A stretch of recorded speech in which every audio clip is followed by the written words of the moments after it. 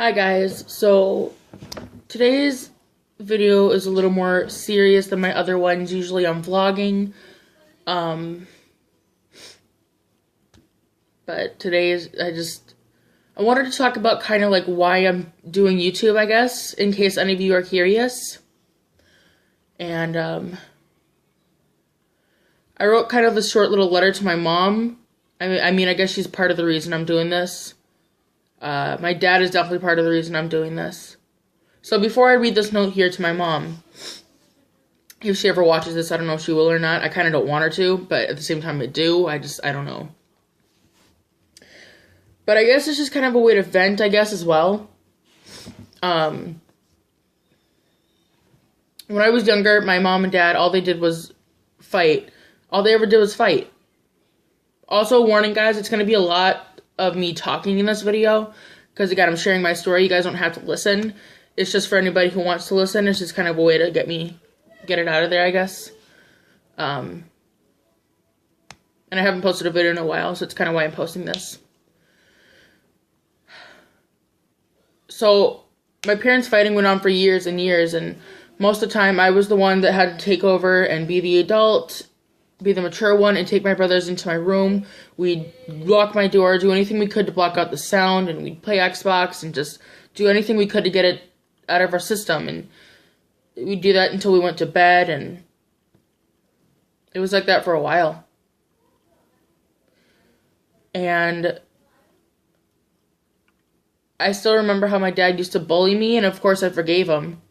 But he would mock me, which doesn't seem like a big deal, but it always bothered me so much when I was younger. I hated being mocked. And whenever I was crying, he would mock my crying just to make me cry more, even harder. It's almost like he got joy out of it.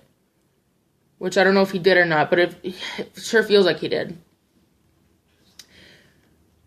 So part of the reason I'm doing this, I guess, is it was kind of like a diary, almost. Like, or just, memories.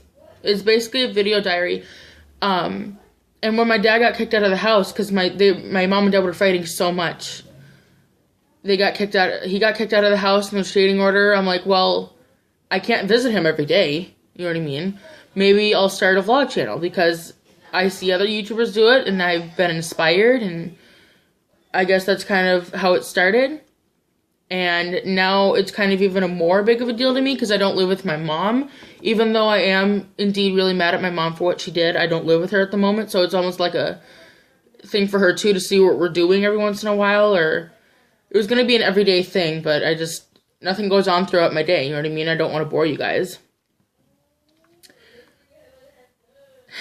I don't know. And my dad would always watch us when my mom wasn't around, because she would not come home from the bar. She would not. I would call her, and she'll tell me, oh, I'll be home at this time. And she would never come home. So I didn't know what to do at that point. And it didn't really bother me or affect me. I didn't see it coming, because my dad was still in the house, of course. And after he got kicked out, it started out slow. But that's where this whole situation, the reason why I'm living with my auntie and my uncle, all started. She left me with the kids. Most of the time, it was every night until like 2 in the morning. Maybe not every night, that's a little over-exaggerating, but it definitely felt that way. And it got worse, and she had a boyfriend who she was always hanging out with, always encouraging her to stay out, and it got worse to the point where she left all night and wouldn't come back. Sometimes she left for days at a time, it felt like. And I was reaching out to people. And my mom knew she was in the wrong, but she wouldn't do anything. She wouldn't help me. She wouldn't take care of her kids. I had to step up and be the mother. I was basically raised to be a freaking mother. I know it sounds like I swear, but I said freaking, so just calm down.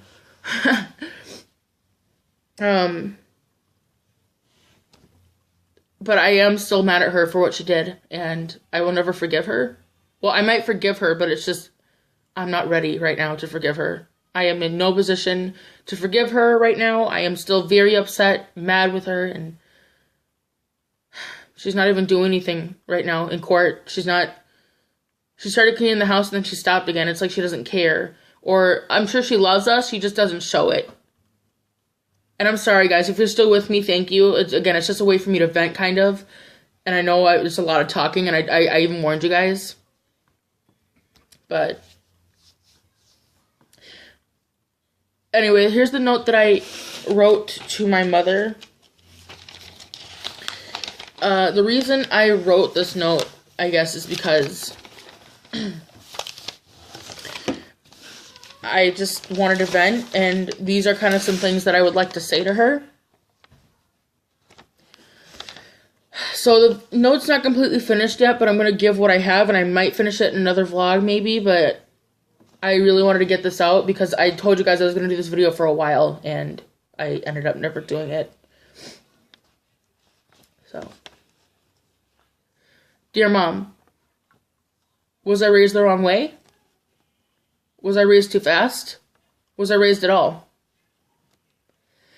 Did I really do all the raising? Was I really forced at the age of 11 to teach myself how to raise not only myself, but 3 younger brothers, and at the time were the ages of 9, 7, and 5. And a baby comes along 2 years later. The 9-year-old has autism. He has special needs. He needs a little extra needs. And I will never, ever forget how you always asked me what he was trying to say because I understood him more than you did. Every night. Up either all night or at least until 3 or 4 in the morning. Even on school nights, you didn't care. That's all I got so far, guys. But she didn't care. She really didn't. Again, I'm sure she loves us. She just doesn't know how to care for us. And it's stressing me out because I can't even choose what high school I'm going to. I don't know if I'm going to be in St. Paul or Stillwater. I don't know if I have a choice to choose where I want to live. And I'm just praying that I get that chance because I don't want to live with my mom. I don't. I love my mother. I seriously don't. Do I want her to visit me? Like, do I still want her in my life? Yes, of course. Of course I still love her and I want her in my life, but it's just, I have to focus on what's better for me now, and I didn't have time to do that because I was always taking care of the kids. It was always me. I was always the one responsible for feeding them dinner, making sure they got to bed for school, and sometimes I would leave the baby with them and I felt so bad about it. But the thing was, I was trying to get out with my friends. I would go night walking with them, and of course I wouldn't leave my brothers long. And I feel guilty about it. And people say you shouldn't feel guilty about leaving your brothers. You didn't leave them long. You were just trying to be a teenager. Yeah, I was trying to be a teenager. I was trying to get out and have fun with my friends, but my mom wouldn't allow that. I didn't get to be like the other teenagers. I didn't get to go out whenever I wanted to. I didn't get to hang out with friends. I didn't get to just make plans at last second. Ever. I barely even got to talk to my friends. My mom would criticize me for not watching them well enough. And this was around the time where it's been a couple years already since I've been taking care of them. And I couldn't take it anymore. I would go nuts because I didn't know how to take care of them anymore. Because I've been doing it for so long. And I didn't want to give up on them. I tried not to. I really didn't. I really did not try to. But after a while, especially with the baby, when she came in, babies are a lot harder to take care of. They are, because sometimes they scream for no reason. Sometimes babies cry for no reason. Sometimes they don't even want attention. They cry just to cry.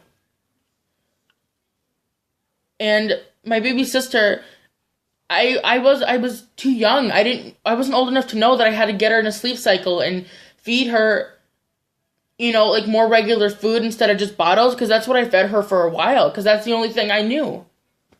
I didn't know how to take care of a baby, and I was 13 at this time, and I get it, like, you should get into the habit of taking care of the baby and knowing what the baby needs, but at the same time, I shouldn't be taking care of her kids. You know what I mean? I'm the sister. You need me to help out every once in a while? Sure, I'd be more than willing to, but you don't leave me with your kids. You know? She switched roles with me. She was taking my job, going out, having fun with her friends, and I took her job of me taking care of kids and being a mother because she couldn't do it herself. And sure, she would give me money for grocery shopping, but again, it's not our job to go grocery shopping. That's your job, Mom.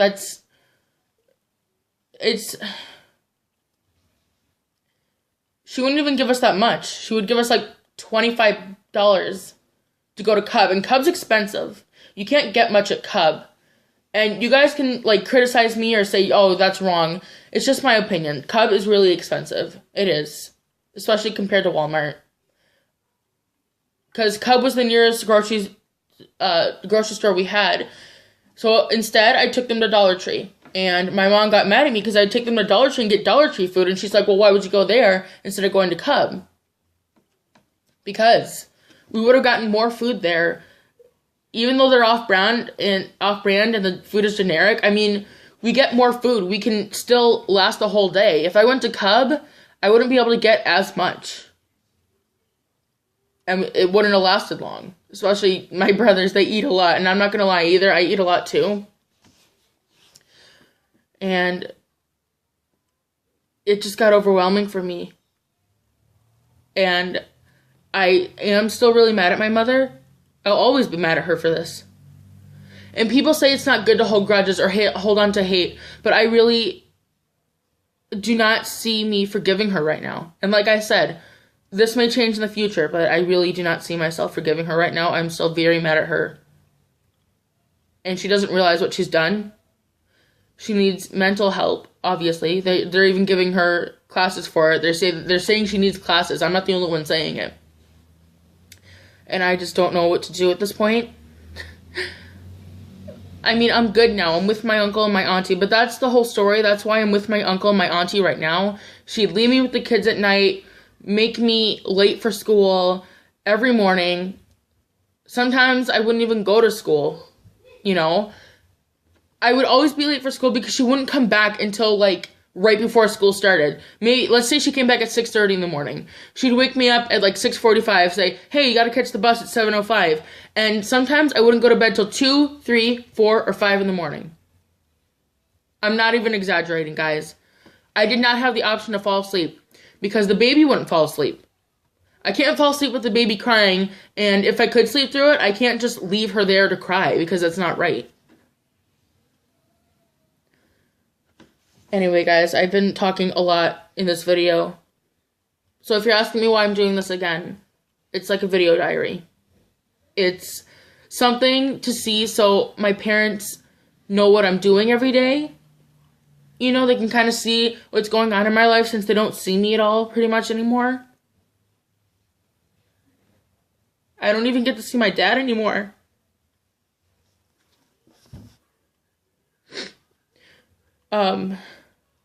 My mom doesn't even try to visit us.